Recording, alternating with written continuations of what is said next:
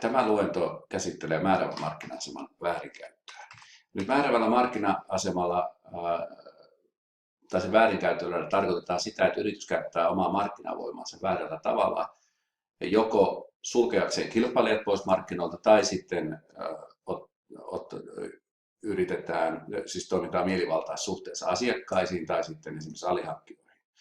Ja nyt pitää muistaa, että pelkkä määräävä markkina-asema sinänsä ei ole kiellettyä, jos yritys toimii niin tehokkaasti, että se saavuttaa itsellensä kaikkein suurimman markkinaosuuden, ei siinä ole mitään väärää. Mutta tällainen yritys, joka on paljon muita kilpailijoita suurempi, niin sitä edellytetään tietynlaista varovaisuutta siinä sen toiminnassa, ettei se sitten käyttää sitä määräävää markkina-asemansa väärin.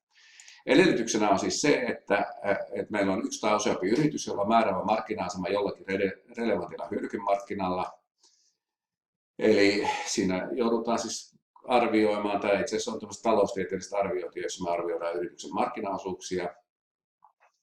Ja lisäksi edellytyksenä on se, että sitten käytetään sitä markkina-asemaa väärin. Ja nyt tietysti olennaista tässä niin kun ensin, jos me lähdetään epäilemään, että yritys on syyllistynyt tähän määräävän markkina-aseman väärinkäyttöön, niin ensin meidän pitää määritellä, että onko yritys määräävässä markkina-asemassa.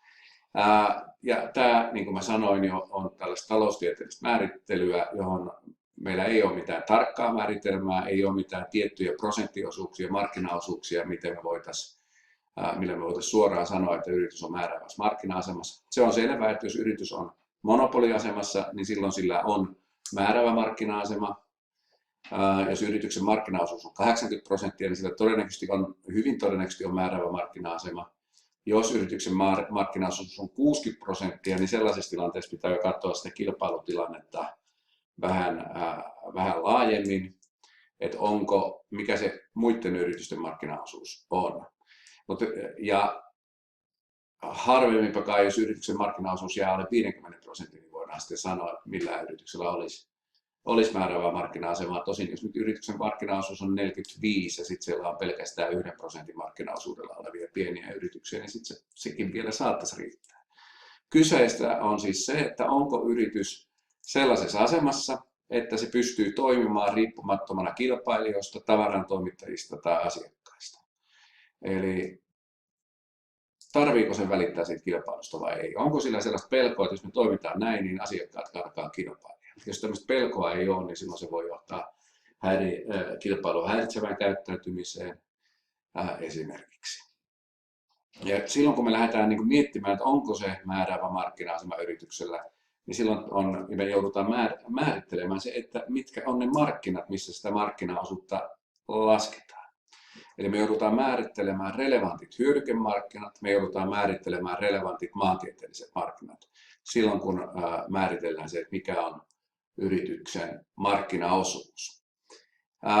Eli relevanttien tuotemarkkinoiden osalta kysymys on oikeastaan siitä, että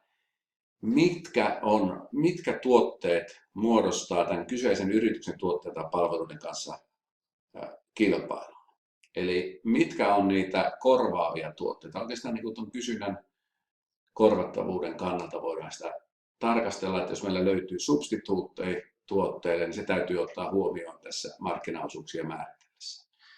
Eli nyt kaikki ne tuotteet, siis relevantit tuotemarkkinat muodostuu kaikista niistä tuotteista, joita kuluttaja pitää keskenään vaihdettavissa tai korvattavissa olevina, joko tuotteiden ominaisuuksien, hintojen tai käyttötarkoituksen vuoksi. Tuossa on nyt esimerkki, jos meillä on vaikkapa joku juoma, niin jos juoman hintaa nostetaan, niin vaihtaako juoman kuluttajat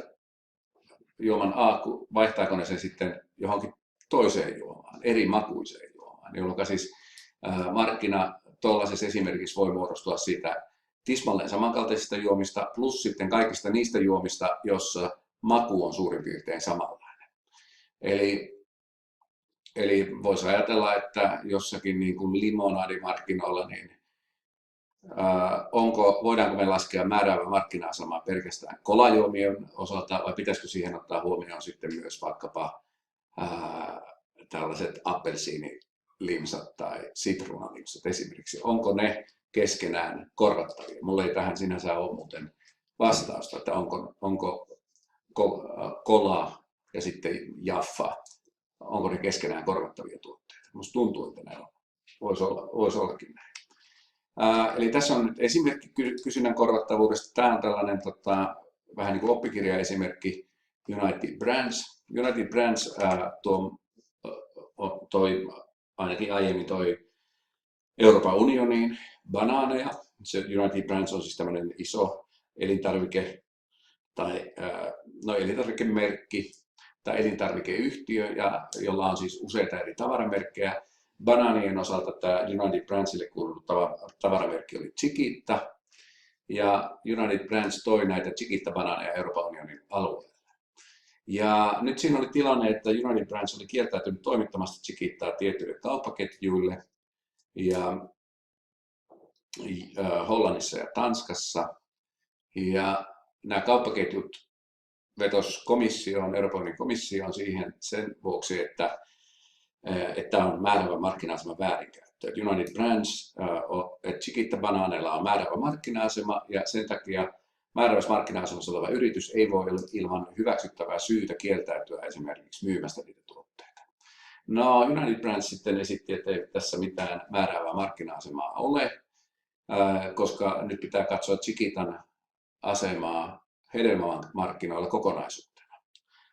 Eli korvattavia tuotteita oli United Brandsin mukaan kaikki hedelmät, kaikki tuorehedelmät, appelsiinit, omenat, päärynät, kaikki nämä on korvaavia tuotteita banaanille.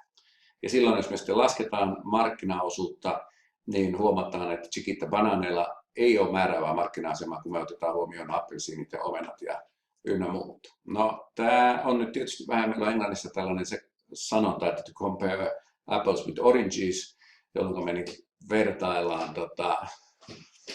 kahta sellaista tuotetta, jotka ei ole keskenään vertailukelpoisia, ja tähän päätyi myös komissio. Eli komissio päätyi siihen, että tätä markkinaosuutta, relevantit tuotemarkkinat on tässä tapauksessa pelkästään banaanimarkkinat, ja tästä syystä markkinaosuus pitää laskea pelkästään banaanimarkkinoilla. Ja banaanimarkkinoilla Chiquita oli silloin ylivoimaisesti suurin tuotemerkki. Minusta tuntuu, että Chiquita sillä saattaa edelleenkin olla määräävä markkina-asema. Nythän on kilpailua banaanimarkkinoille toki tullut muutenkin. Ja näin ollen määräävä markkina-asema oli. Sen jälkeen arvioitiin sitä Chiquitan käyttäytymistä ja todettiin, että Chiquita on toiminut kilpailusäännösten vastaisesti, koska sillä ei ole ollut perusteltua syytä, miksi se on kieltäytynyt tietyille kauppaketjuille toimittamasta banaaneita. No, Michelin tapauksessa, tämä oli Ranskassa, kysymys oli linja-autojen ja kuorma-autojen vaihtorenkaiden markkinoista. Ja tässä taas lähtökohtana oli se, että kun määritellään Michelinin markkinaosuuksia, niin kaikkia renkaita ei oteta huomioon, vaan otetaan vain keskenään korvattavat renkaat. Eli nyt kun henkilö- ja pakettiautojen markkinoilla Michelinillä ei varmaankaan ole määräävää markkina-asemaa, mutta sitten ehkä linja-autojen ja kuorma-autojen vaihtorenkaiden markkinoilla on. Sitten toinen ongelmallinen kysymys on sitten esimerkiksi pinnoitetut renkaat, pitääkö ne laskea tähän relevantteihin tuotemarkkinoihin. No, joka tapauksessa relevantilla tuotemarkkinoilla oli siis kysymys siitä, että mitkä tuotteet on korvattavia. Eli jos asiakas haluaa banaania, niin ostaako hän sitten omenan, jos banaania ei ole saatavana. Relevantit maantieteelliset markkinat, kun määritellään määräävää markkina-asemaa, niin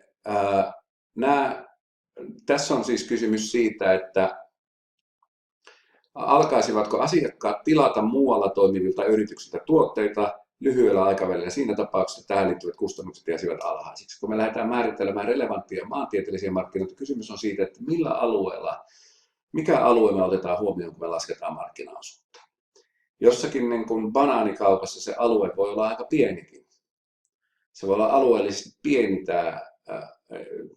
Nyt niin kuin kuluttajat ei banaaneja osta kovin laajalta alueelta. Sitten jos ajatellaan vaikka vaasalaista Wärtsilää, joka myy laivamoottoreita, minulla ei ole mitään käsitystä, mikä Wärtsilän markkinaosuus on laivamoottoreiden, dieselmoottoreiden markkinoilla, mutta joka tapauksessa, jos lähdettäisiin arvioimaan relevantteja maantieteellisiä markkinoita, niin se relevantit maantieteelliset markkinat lienee globaalit tästä tapauksessa.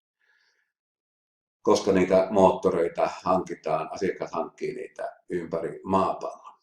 Ja tämä on niin kuin se keskeinen asia tästä relevanteista maantieteellisistä markkinoista, että mistä me löydetään kilpailevia tuotteita, miten laajalta alueelta me lähdetään niitä hakemaan. Jos Vaasasta jotakin ei ole, niin käydäänkö me hakemassa Seinäjoelta, käydäänkö me hakemassa Helsingistä, haetaanko me sitä Ruotsista tai vaikka Kaukoidästä. Ja tämä pitää määritellä. Keskeiset tekijät siinä, että kun me määritellään maantieteellisiä markkina-alueita, on se, että onko markkina-alueiden välillä hintaeroa ja miten asiakkaat niihin reagoi. Eli että jos jossakin on halvempaa, siirtyykö asiakkaat sinne vai jos asiakkaat ei siirry sinne, niin silloin tämä toinen markkina-alue, jossa on erilaiset hinnat, niin esimerkiksi halvemmat hinnat, niin se ei kuulu tähän relevantin markkina-alueen määrittelemään, koska tällaista liikkuvuutta ei ole. Eli se on se kysymys, että miltä alueelta yritykset ostaa nämä tuotteet. Ja kaikki nämä vaikuttaa tähän relevantin maantieteellisen markkinan määrittämiseen. Ja tämän jälkeen, kun me on muodostettu se, että onko yrityksellä määräävä markkina-asema, me lasketaan se niin tuotteiden osalta tietyllä alueella. Eli me määritellään se, siis periaatteessa määritellään ehkä ensin se alue ja sitten katsotaan markkinaosuuksia sillä kyseisellä alueella. Tämä on varmaankin se järjestys, miten tässä edetään. Ja siitä päädytään sitten lopputulokseen, että mikä on kilpailutilanne. Tietysti pelkästään me ei katsota kyseisen yrityksen markkinaosuutta, vaan siinä pitää ottaa koko kenttä huomioon. Eli kaikki yritykset, jotka toimii niillä relevanteilla maantieteellisillä ja hyödykemarkkinoilla. Ja niiden yhdistelmänä sitten saadaan määriteltyä se, että onko yrityksellä määräävä markkina-asema vai ei.